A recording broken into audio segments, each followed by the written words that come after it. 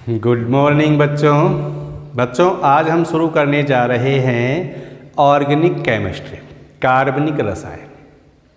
और 12th class की organic chemistry का जो फर्स्ट चैप्टर है उसका नाम है हैलो एल्केन और हैलो एरीन।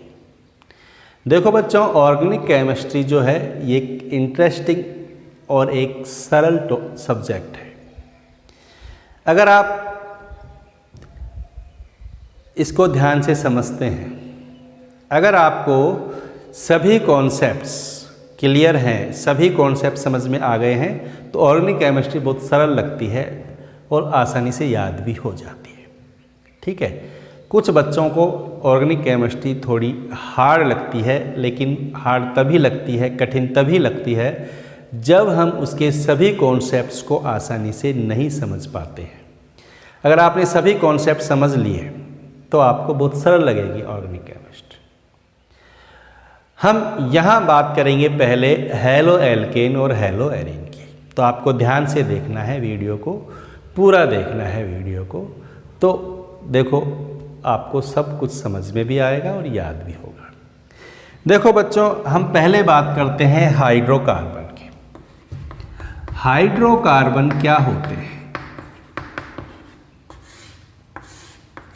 हाइड्रोकार्बन जो कार्बन और हाइड्रोजन से मिलकर के बने होते हैं, उन्हें क्या कहते हैं हम? हाइड्रोकार्बन। मुख्य रूप से हाइड्रोकार्बन दो हैं। एक तो है कौन से? एलिफैटिक हाइड्रोकार्बन, और एक कौन से हैं? Aromatic hydrocarbon. ठीक है, एक तो होते हैं एलिफैटिक हाइड्रोकार्बन और एक होते हैं एरोमेटिक हाइड्रोकार्बन। एलिफैटिक हाइड्रोकार्बन कौन कौन है? जैसे एल्केन, जैसे एल्कीन, जैसे एल्काइन। ठीक है, एल्केन, एल्केन का सामान्य सूत्र क्या है? CnH2n+2। एल्कीन का क्या है? CnH2n। और एल्काइन का क्या है? CnH2n-2। ठीक है, एल्केन, एल्कीन, एल्काइन।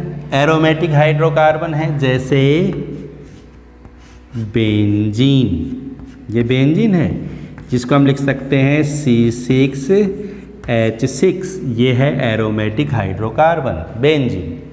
अब एल्केन का सामान्य सूत्र हो गया ये। अब एल्केन के हाइड्रोजन को या एल्कीन के हाइड्रोजन को किसी दूसरे परमाणु या समूह से हटा करके हम दूसरे कार्बनिक यौगिक प्राप्त कर सकते हैं। या हम कह सकते हैं कि जो कार्बनिक यौगिक हैं वो एलिफैटिक और एरोमेटिक हाइड्रोकार्बन के व्युत्पन्न होते हैं। ठीक है, जितने भी कार्बनिक यौगिक हैं वो सभी एरोमेटिक और एलिफैटिक हाइड्रोकार्बन से ही बनते हैं। इनके हाइड्रोजन को हटा करके ही बनाए जाते हैं। जैसे एल्केन ले लेते हैं हम, कोई सा एक एल्केन ले लिया, जैसे CH4 मेथेन। CH4 क्या है? मेथेन। अब मेथेन के हाइड्रोजन को रिप्लेस कर दें हम, यानी ये CH4 है, इसका एक हाइड्रोजन हटा दें तो बच गया CH3। अब यहाँ पर जैसे मान लीजिए हैलोजन आ गया, क्लोरीन आ गया, तो ये बन गया इसका हैलोजन व्युत्पन्न। ठीक है, क्या बन गया? ये हैलोजन व्युत्पन्न, क्लोरोमेथेन। इसी प्रकार यदि इसके हाइड्रोजन को हटा करके हम OH समूह जोड़ दें तो बन जाएगा मेथिल एल्कोहल, यानी एल्कोहल समूह बन जाएगा ना, एल्कोहल बन जाएंगे ना। अगर इसके हाइड्रोजन को हटा करके COOH जोड़ दें तो ये बन जाएगा एसिटिक अम्ल, यानी कार्बोक्सिलिक अम्ल बन गए। अगर इसके हाइड्रोजन को हटा करके हम NH2 समूह जोड़ दें तो बन जाएंगे एमीन, CH3NH2। यदि इसके हाइड्रोजन को हटा करके CN जोड़ दें तो बन जाएंगे साइनाइड। तो ये सभी कार्बनिक यौगिक किससे बने? CH4 से। CH4 से कैसे बने? इसका हमने हाइड्रोजन हटाया और ये अलग अलग परमाणु या समूह जोड़ दिए इससे। तो कहने का मतलब CH4 क्या है? इनका जनक है। CH4 इन सब का क्या है? जनक। यानी ये सभी CH4 के क्या हैं? व्युत्पन्न। और ये व्युत्पन्न कैसे बने? इसके हाइड्रोजन को हटा करके ये समूह जोड़ने से बने हैं। ठीक है, तो हमने क्या कहा, जितने भी कार्बनिक यौगिक हैं वो सभी हाइड्रोकार्बन के क्या है? व्युत्पन्न। क्या है? व्युत्पन्न। इसी तरह एल्कीन, इसी तरह एल्काइन के हाइड्रोजन को रिप्लेस करते हैं दूसरे परमाणु या समूह से, तो बन जाते हैं विभिन्न प्रकार के कार्बनिक यौगिक, जैसे CH2 डबल बॉन्ड CH2, ये कोई एल्कीन है, एथीन। इसी तरह इसका एक हाइड्रोजन हम हटा दें, किसी हैलोजन से हटा दें या किसी OH समूह से हटा दें, हाइड्रोजन कम कर दिया ना, CH2 है, एक कम हो गया। इसी तरह यहाँ पर हाइड्रोजन कम करके OH जोड़ दें, तो ये बन जाते हैं दूसरे कार्बनिक यौगिक। क्लियर? इसी तरह एल्काइन से भी कर सकते हैं, इसी तरह बेंजीन से भी बना सकते हैं। बेंजीन के हाइड्रोजन को हटा करके, जैसे ये बेंजीन है, इसके हाइड्रोजन को हटा करके यहाँ जोड़ दिया OH, या इसके हाइड्रोजन को हटा करके यहाँ जोड़ दिया क्या? Cl, या इसके हाइड्रोजन को हटा करके यहाँ जोड़ दिया क्या? NH2। क्लियर? ठीक है, तो बेंजीन कैसा है? Aromatic hydrocarbon. एरोमेटिक हाइड्रोकार्बन के हाइड्रोजन को हटा दिया तो बन गए विभिन्न प्रकार के एरोमेटिक यौगिक। तो मैं क्या समझाना चाह रहा हूँ आपको, मैं केवल यही बताना चाह रहा हूँ कि जितने भी कार्बनिक यौगिक हैं वो सभी एलिफैटिक या एरोमेटिक हाइड्रोकार्बन के व्युत्पन्न होते हैं। ठीक है, यानी जितने भी हाइड्रोकार्बनिक यौगिक हैं वो सभी किससे बनते हैं? एलिफैटिक और एरोमेटिक हाइड्रोकार्बन के हाइड्रोजन को रिप्लेस करने से बनते हैं। ठीक है, अब हम यहाँ बात करेंगे हैलोजन व्युत्पन्नों की। हम किसकी बात करेंगे इस चैप्टर में? हम मेनली बात करेंगे हैलो एल्केन और हैलो एरीन की। हैलो एल्केन और हैलो एरीन क्या है? हैलोजन व्युत्पन्न। हाइड्रोकार्बन के कौन से व्युत्पन्न है? ये हैलोजन व्युत्पन्न है। ठीक, हैलो एल्केन और हैलो एरीन क्या है? हैलोजन व्युत्पन्न। किसके? हाइड्रोकार्बन के। किसी भी हाइड्रोकार्बन के हाइड्रोजन को हैलोजन से हटाने पर बन जाते हैं हैलोजन व्युत्पन्न। ये ध्यान रखेंगे। और हैलोजन व्युत्पन्न कौन कौन से हैं? जैसे बेंजीन के हाइड्रोजन को रिप्लेस करने से बन गया ये क्लोरोबेंजीन, तो ये हैलोजन व्युत्पन्न है। जैसे बन गया ब्रोमोबेंजीन, तो ये हैलोजन व्युत्पन्न है। जैसे मेथेन का हाइड्रोजन हटाने पर बन जाएगा CH3Cl, एथेन का हाइड्रोजन CH3CH2Br, तो ये सब है हैलोजन व्युत्पन्न। और इस चैप्टर में हम हैलोजन व्युत्पन्न की ही बात करेंगे। और हैलोजन व्युत्पन्न कैसे बने? किसी भी हाइड्रोकार्बन, चाहे वो एरोमेटिक हो, ये सब कौन से हाइड्रोकार्बन के व्युत्पन्न हैं? बेंजीन के। बेंजीन के हाइड्रोजन को हटा दिया तो जोड़ दिया Cl, तो बन गया क्लोरोबेंजीन। हाइड्रोजन को हटा करके Br जोड़ दिया तो ब्रोमोबेंजीन, यानी ये बन गए हैलो एरीन। ये हैलो एरीन है। इसी तरह एल्केन, जैसे CH4 के हाइड्रोजन को हटा करके बना दिया CH3Cl। इसी तरह एथेन के हाइड्रोजन को हटा करके बना दिया CH3CH2Br। तो एलिफैटिक हाइड्रोकार्बन और एरोमेटिक हाइड्रोकार्बन के व्युत्पन्न है कौन? Haloalkane, haloarene. अब हम हैलोजन व्युत्पन्नों का वर्गीकरण देखेंगे। हैलोजन व्युत्पन्नों को अलग अलग प्रकार से वर्गीकृत किया गया है, उसकी बात करेंगे।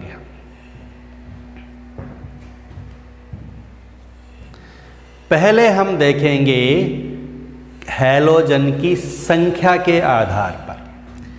देखो, हैलोजन की संख्या के आधार पर ये जो हैलोजन व्युत्पन्न होते हैं वो कितने प्रकार के होते हैं?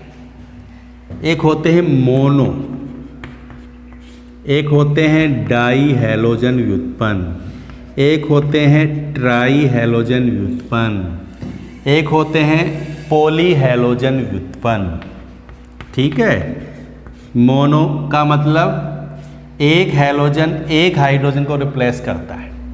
जैसे एक हैलोजन अगर है तो उसको बोलेंगे मोनो हैलोजन व्युत्पन्न। जैसे बेंजीन के एक हाइड्रोजन को हटा दे, एक Cl आ गया, तो ये मोनो हैलोजन व्युत्पन्न है। जैसे एल्कीन के एक हाइड्रोजन को हटा करके एक हैलोजन आ गया, तो इन सब में एक ही हैलोजन है। इसका मतलब कौन से व्युत्पन्न है ये? मोनो हैलो व्युत्पन्न। डाई हैलो व्युत्पन्न, डाई का मतलब दो हैलोजन, जैसे यहाँ दो हैलोजन आ जाएं, ठीक है, दो हैलोजन आ जाएं, जैसे दो अलग अलग कार्बन पर भी आ सकते हैं, एक पर भी आ सकते हैं, तो ये हो जाएंगे डाई हैलोजन व्युत्पन्न। ठीक है, जैसे यहाँ आ गए दो हैलोजन, तो ये हो जाएंगे डाई हैलोजन व्युत्पन्न। जैसे यहाँ पर आ जाएं दो halogen, double bond Cl Cl, तो ये भी कैसे हो गए? डाई हैलोजन व्युत्पन्न हो गए। इसी तरह ट्राई हैलोजन व्युत्पन्न, तीन हाइड्रोजन हट जाएं और तीन हैलोजन आ जाएं, तो ये हो जाएंगे ट्राई हैलोजन व्युत्पन्न। देखो तीन हाइड्रोजन हट गए, तीन हैलोजन आ गए, तीन हैलोजन है, इसका मतलब ट्राई हैलो व्युत्पन्न है। जैसे यहाँ पर यहाँ पर यहाँ पर तीनों पे हैलोजन आ गए, तो ये ट्राई हैलोजन व्युत्पन्न आ गए। समझ में आ गई बात? इसी तरह पोली, तीन से ज़्यादा भी हो सकते हैं। क्लियर? तो संख्या के आधार पर हैलोजन की संख्या एक है तो मोनो हैलोजन, दो हैलोजन उपस्थित हैं तो डाई हैलो, तीन हैलोजन उपस्थित हैं तो ट्राई हैलो व्युत्पन्न, ज़्यादा हैं तो पोली हैलो व्युत्पन्न। ये तो बिल्कुल सरल बात है।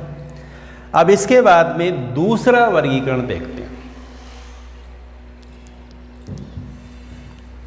नेक्स्ट वर्गीकरण देखते हैं हम कार्बन के संकरण के आधार पर। इसका क्या मतलब है?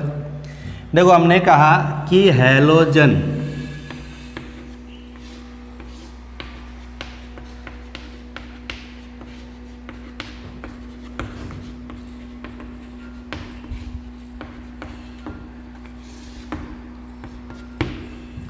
कार्बन के संकरण के आधार पर, हैलोजन जिस कार्बन पर जुड़ा हुआ है उस कार्बन का संकरण कौन सा है, उसके आधार पर भी हम हैलोजन व्युत्पन्नों को विभाजित कर सकते हैं। अब हैलोजन किस कार्बन पर जुड़ा हुआ है? देखो कार्बन के संकरण तीन प्रकार के हो सकते हैं। कार्बन के तीन प्रकार के संकरण होते हैं। एक तो होता है sp3 संकरण, एक होता है sp2 संकरण और एक होता है sp संकरण। कार्बन का संकरण sp3, sp2 और sp हो सकता है। अब कैसे पता लगेगी संकरण कौन सा है? यदि कार्बन 4 सिंगल बंध बना रहा है तो उसका संकरण कौन सा है? sp3। अगर कार्बन 2 सिंगल बंध और 1 डबल बंध बना रहा है तो है sp2 संकरण। और अगर कार्बन एक ट्रिपल बॉन्ड और एक सिंगल बॉन्ड बना रहा है तो कौन सा है? sp संकरण। या दोनों ही 2 डबल बॉन्ड बना रहा है तो भी कौन सा संकरण है? sp संकरण। समझ में आ गई बात? तो ये ध्यान रखेंगे। अब इसको और थोड़ा समझें तो देखो सिंगल बंध, कार्बन सिंगल बंध बना रहा है। सिंगल बंध का मतलब होता है कौन से बंध? सिग्मा बंध। कौन से बंध होते हैं? सिग्मा। और डबल बॉन्ड का मतलब क्या है? एक सिग्मा एक पाई। डबल ट्रिपल बॉन्ड का मतलब क्या है? 2 पाई बंध है, एक सिग्मा बंध है। समझ में आ गई बात? ये सिग्मा ये पाई, डबल बॉन्ड है ना, सिग्मा पाई। और सिंगल बॉन्ड का मतलब सिग्मा बॉन्ड। हमने पढ़ा है कि संकरण अगर हो रहा है, संकृत अगर कक्षक हैं तो बनते हैं सिग्मा बंध। संकृत कक्षक कौन सा बंध बनाते हैं? सिग्मा। यहाँ 4 सिग्मा बंध बन रहे हैं, इसका मतलब 4 ही संकृत कक्षक हैं। और 4 संकृत कक्षक हैं तो संकरण हो गया sp3। जब 4 संकरित कक्षक होते हैं तो sp3 संकरण होता है। ठीक, अब यहाँ देखो, इसमें देखें अगर एक डबल बॉन्ड है, 2 सिंगल बॉन्ड है, इसका मतलब कितने सिग्मा बॉन्ड हो गए? 1 2 3 सिग्मा बॉन्ड का मतलब 3 संकरित कक्षक, और 3 संकरित कक्षक का मतलब sp2 संकरण। समझ में आ गई बात? इसी तरह sp संकरण देखो, यहाँ पर देखें हम, ट्रिपल बॉन्ड है, ट्रिपल बॉन्ड का मतलब 2 पाई बंद हो गए, 1 सिग्मा बंद हो गया, इधर सिग्मा बंद है, और 1 सिंगल बॉन्ड का मतलब 1 सिग्मा बंद ये हो गए, तो 1 और 1 कितने सिग्मा बंद हो गए? टोटल 2 सिग्मा बंद, और 2 सिग्मा बंद का मतलब 2 संकरित कक्षक, और 2 संकरित कक्षक का मतलब sp संकरण हो जाता है। ठीक, इसी प्रकार देखो यहाँ 2 डबल बॉन्ड बन रहे हैं, 2 डबल बॉन्ड का मतलब 2 पाई बॉन्ड हो गए, 2 ही सिग्मा बॉन्ड, और 2 सिग्मा बॉन्ड का मतलब sp संकरण। ये पता होना चाहिए आपको। ठीक है बच्चों, बिल्कुल सरल बात है। sp3 संकरण चारों सिंगल बॉन्ड होंगे, sp2 संकरण डबल बॉन्ड अगर है कार्बन के साथ, 1 डबल बॉन्ड है तो sp2, 2 डबल बॉन्ड है तो sp, और 1 ट्रिपल बॉन्ड है तो भी sp संकरण होगा। हम बात कर रहे हैं कि अगर कार्बन का संकरण के आधार पर हम हैलोजन व्युत्पन्नों की बात करें तो मुख्य रूप से 3 भागों में बांट सकते हैं इनको। एक जिसमें हैलोजन sp3 संकरित कार्बन से जुड़ता है। हैलोजन कौन से कार्बन से जुड़ता है? sp3 संकरित कार्बन पर।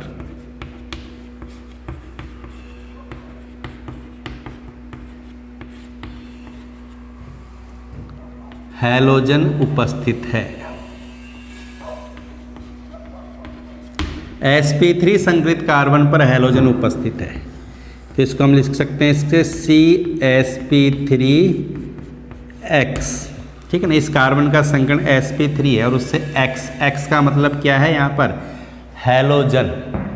हैलोजन तो समझते हैं ना सब, हैलोजन X। हैलोजन कौन कौन है? फ्लोरीन, क्लोरीन, ब्रोमीन और आयोडीन, ये सब क्या है? हैलोजन है। ठीक, तो X का मतलब इन चारों में से कोई भी हो सकता है। ठीक है ना। अब देखो sp3 संकरित कार्बन से हैलोजन जुड़ा हुआ है इनमें। अब इनको भी हम 3 भागों में बांट सकते हैं। एक तो होते हैं एल्किल हैलाइड। क्या होते हैं? एल्किल हैलाइड, जिसको बोलते हैं हैलो एल्केन। एल्किल हैलाइड, इनमें हैलोजन sp3 संकरित कार्बन से जुड़ा हुआ है, जैसे CH3Br। ये Br इस कार्बन से जुड़ा हुआ है और इस कार्बन का संकरण कौन सा है? sp3। क्यों? क्योंकि ये कार्बन 4 सिंगल बॉन्ड बना रहा है। हाइड्रोजन का मतलब सिंगल बॉन्ड है, 3 हाइड्रोजन का मतलब 3 सिंगल बॉन्ड, और 1 सिंगल बॉन्ड ये हो गया, टोटल कितने हो गए? 4। तो 4 सिंगल बॉन्ड का मतलब sp3 संकरण। ठीक है, जैसे और देखें हम एग्जाम्पल CH3CH2Cl। इस कार्बन का संकरण भी कौन सा है? sp3, और इसका भी कौन सा है? sp3। क्यों है? समझो, इस कार्बन से कितने हाइड्रोजन हैं? 2 हाइड्रोजन, और 2 हाइड्रोजन का मतलब 2 सिंगल बॉन्ड, 1 सिंगल बॉन्ड इधर, 1 सिंगल बॉन्ड इधर, टोटल 4 सिंगल बॉन्ड है, और 4 सिंगल बॉन्ड का मतलब sp3 संकरण हो गया। इसी तरह इस कार्बन का भी sp3 संकरण हो गया। ये ध्यान रखेंगे, एल्किल हैलाइड का मतलब इसमें जितने भी कार्बन है ना, सबका sp3 संकरण होगा। एल्किल हैलाइड में सभी कार्बनों का sp3 संकरण होता है, ये ध्यान रखेंगे हम। ठीक, तो एल्किल हैलाइड को हम ये भी कह सकते हैं कि ये एल्केन, किसके? एल्केन के हाइड्रोजन को हैलोजन से प्रतिस्थापित करने से प्राप्त होते हैं। अगर कोई एल्केन है जैसे CH4 से एक हाइड्रोजन हटा देंगे तो क्या बन जाएगा? मेथिल हैलाइड, यानी एल्किल हैलाइड। तो किसी भी एल्केन के हाइड्रोजन को हैलोजन से क्या करते हैं? प्रतिस्थापित करते हैं। किसी भी एल्केन के हाइड्रोजन को हैलोजन से प्रतिस्थापित करते हैं तो बनते हैं एल्किल हैलाइड। और एल्किल हैलाइड में सभी कार्बनों का sp3 संकरण होता है। जिस कार्बन से हैलोजन जुड़ा हुआ है उसका तो sp3 संकरण है ही, इसके अलावा और जितने भी कार्बन है उन सबका भी sp3 संकरण होता है। किसमें? एल्किल हैलाइड में। दूसरा होता है एलिलिक हैलाइड या एलिल हैलाइड। एलिलिक हैलाइड भी कह सकते हैं इसको, एलिल हैलाइड भी कह सकते हैं इसको। एलिल हैलाइड में क्या होता है, देखो CH2 double bond CH CH2Br, ये है एलिल हैलाइड। इसमें देखो ये हैलोजन इस कार्बन से जुड़ा हुआ है और इस कार्बन का संकरण कौन सा है, इस कार्बन का संकरण कौन सा है, sp3। क्यों है पता लग रहा है ना, सारे सिंगल बॉन्ड है, मैंने बताया एक सिंगल बॉन्ड एक सिंगल बॉन्ड, और 2 हाइड्रोजन का मतलब 2 सिंगल बॉन्ड, 4 सिंगल बॉन्ड का मतलब sp3 संकरण। तो हैलोजन कौन से कार्बन से जुड़ा हुआ है, sp3 संकरित कार्बन से जुड़ा हुआ है। लेकिन इसमें आगे देखो ये जो कार्बन है इसका संकरण कौन सा है, sp2, क्योंकि डबल बॉन्ड से जुड़ा हुआ कार्बन। ठीक, तो हैलोजन उस sp3 संकरित कार्बन से जुड़ा हुआ है जो द्विबंधित या sp2 संकरित कार्बन से जुड़ा हुआ है। समझ में आ गई। एलिल हैलाइड को दोबारा समझेंगे। एलिल हैलाइड का मतलब क्या है, हैलोजन sp3 संकरित कार्बन से जुड़ा हुआ है, लेकिन वो sp3 संकरित कार्बन किसी sp2 संकरित कार्बन से जुड़ा हुआ रहता है, किसी द्विबंधित कार्बन से जुड़ा हुआ रहता है। या हम कह सकते हैं कि द्विबंधित कार्बन पर जुड़े हुए sp3 संकरित कार्बन से हैलोजन जुड़ता है, तो कहते हैं हम उसको क्या, एलिल हैलाइड। एल्किल हैलाइड में तो क्या है, हैलोजन इस कार्बन जुड़ा हुआ है sp3, और ये कार्बन भी किससे जुड़ा हुआ है, sp3 से ही जुड़ा हुआ है। समझ में आ गई बात। लेकिन यहाँ पर ये कार्बन जो sp3 संकरित कार्बन है वो जुड़ा हुआ है sp2 संकरित कार्बन से, तो उसको बोलेंगे हम एलिल हैलाइड। जैसे और एग्जाम्पल देखें हम, जैसे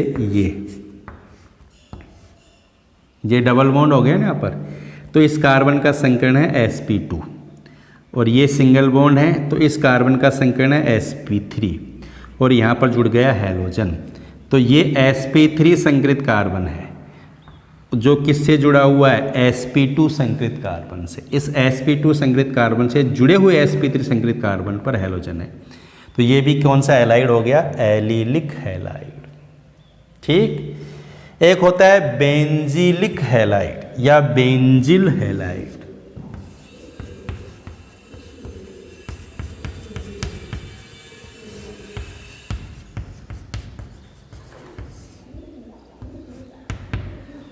बेंजीलिक हैलाइड, बेंजीलिक हैलाइड में हैलोजन sp3 संकरित कार्बन से ही जुड़ा हुआ है, लेकिन ये sp3 संकरित कार्बन किसी एरोमेटिक वलय से जुड़ा रहता है।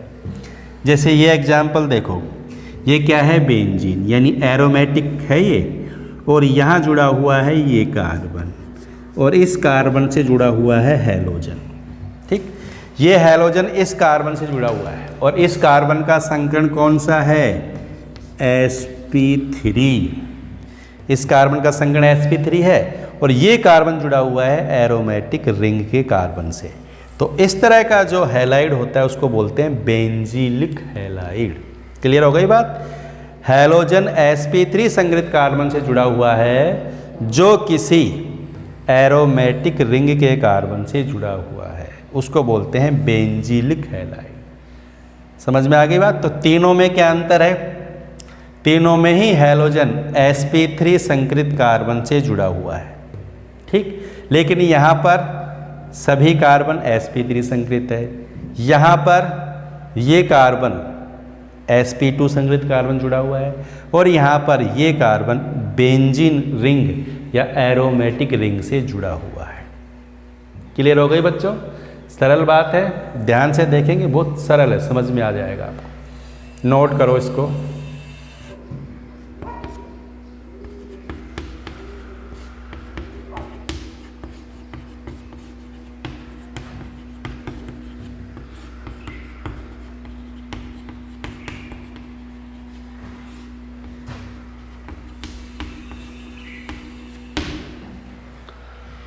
देखो, जब हैलोजन sp2 संकरित कार्बन से जुड़ा होता है, जिस कार्बन पर हैलोजन जुड़ा हुआ है उसका संकरण कौन सा है, sp2। इस आधार पर हैलोजन व्युत्पन्न दो तरह के हैं। एक तो होते हैं वाइनिल हैलाइड, वाइनिल हैलाइड, और एक होते हैं एरिल हैलाइड।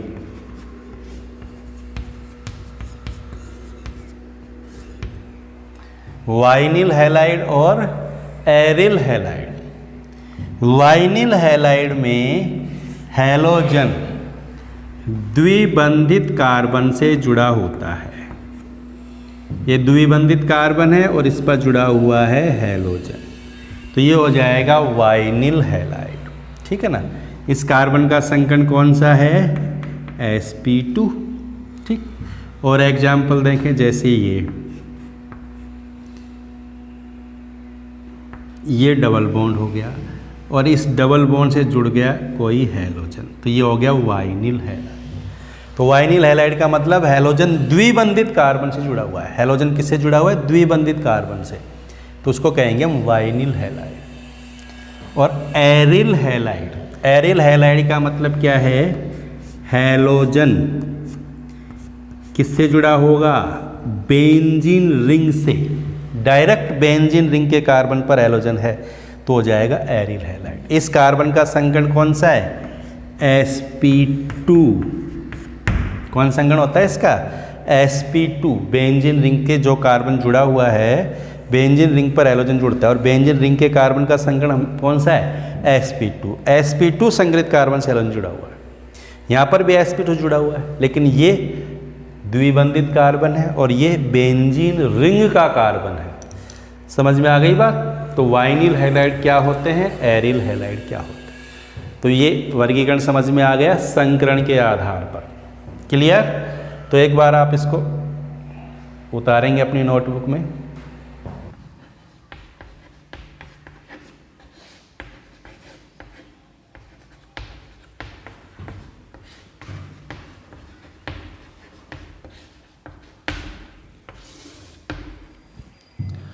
कार्बन की प्रकृति के आधार पर हैलोजन व्युत्पन्न कितने प्रकार के हो सकते हैं?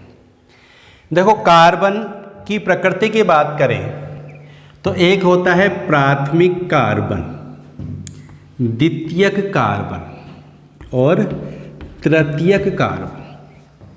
प्राथमिक कार्बन क्या होता है? जब कोई कार्बन अकेला है या किसी एक कार्बन से जुड़ा हुआ है तो उसको बोलते हैं प्राथमिक कार्बन। जैसे ये कार्बन अकेला है तो ये हो जाएगा प्राथमिक कार्बन। जैसे ये कार्बन प्राथमिक कार्बन, ये कार्बन इस कार्बन से जुड़ा हुआ है तो ये भी हो गया प्राथमिक कार्बन। ये कार्बन एक कार्बन जुड़ा हुआ है ना, तो ये प्राथमिक कार्बन, और ये कार्बन भी एक कार्बन जुड़ा हुआ है तो ये भी हो गया प्राथमिक कार्बन। ठीक है। और प्राथमिक कार्बन से हैलोजन जुड़ा हुआ है, X का मतलब कोई भी हैलोजन, तो हो गया प्राथमिक हैलोजन व्युत्पन्न, 1 डिग्री हैलोजन व्युत्पन्न। ठीक है। द्वितीय कार्बन का मतलब क्या है? जैसे ये कार्बन,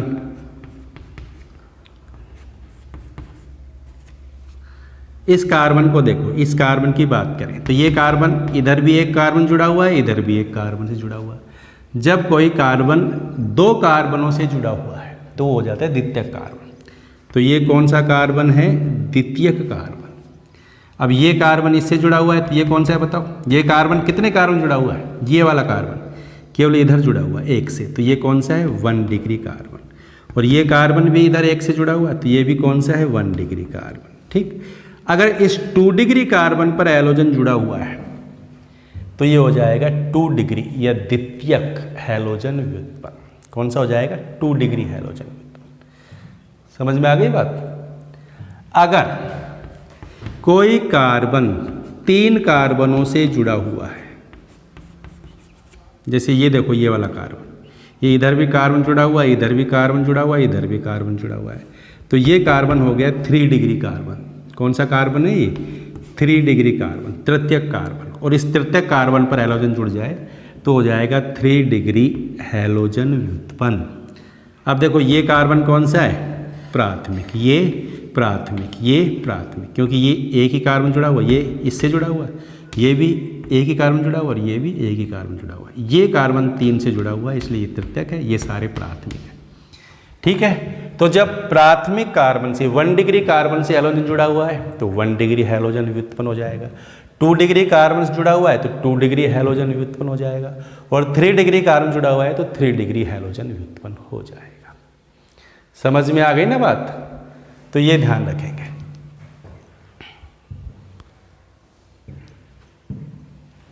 अब बताओ, दिखा।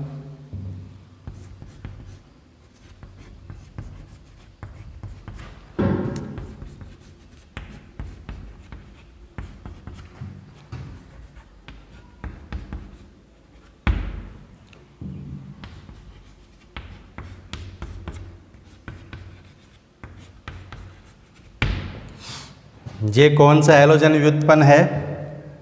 प्राथमिक, द्वितीयक और तृतीयक के आधार पर बताइए। पहले हम उस कार्बन को देखेंगे जिस पर हैलोजन जुड़ा हुआ है। इसकी पहचान करना बिल्कुल सरल है। ये हैलोजन है, ये इस कार्बन जुड़ा हुआ है, और ये कार्बन एक ही कार्बन जुड़ा हुआ है, इसका मतलब ये प्राथमिक। अब देखो, ये हैलोजन इस कार्बन जुड़ा हुआ है और ये कार्बन कितने कार्बन जुड़ा हुआ है? 2 से, तो ये हो गया 2 डिग्री। इसी तरह हैलोजन इस कार्बन से जुड़ा हुआ है और ये कार्बन 3 कार्बन से जुड़ा हुआ है, तो ये हो गया कौन सा? 3 डिग्री। ठीक, तो आसानी से पहचान पाएंगे हम कि कौन 1 डिग्री है, कौन 2 डिग्री है और कौन 3 डिग्री हैलोजन व्युत्पन्न है। समझ में आ गई बच्चों बातें? ठीक है ना? तो ये जो हैलोजन व्युत्पन्न है उनका जो वर्गीकरण हमने देखा आज, वो आपको समझ में आ गया होगा। कैसे बनते हैं हैलोजन व्युत्पन्न और क्या है इनका वर्गीकरण। नेक्स्ट वीडियो में हम बात करेंगे एल्किल हैलाइड और एल्किल हैलाइड के नामकरण की। ठीक है, तो मैं उम्मीद करता हूं कि जो मैंने आज आपको बताया है वो आपको बहुत ही अच्छी तरह से समझ में आ गया होगा, अगर आपने वीडियो को पूरा देखा है, ध्यान से देखा है। ठीक है बच्चों, जिसने अभी भी चैनल को सब्सक्राइब नहीं किया है वो चैनल को सब्सक्राइब करेंगे, लाइक करेंगे और शेयर करेंगे।